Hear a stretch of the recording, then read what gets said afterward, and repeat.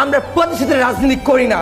তারপর বলে দিবার চাই, অন্যায় সহ্য করতে করতে যদি আমাদের মাথা ঘুরে যায়, আমরা রাজপথে অকাতরে জীবন দিয়ে দিব, কিন্তু এই দেশের মানুষের অধিকার আমরা ফিরিয়ে দিব ইনশাআল্লাহ।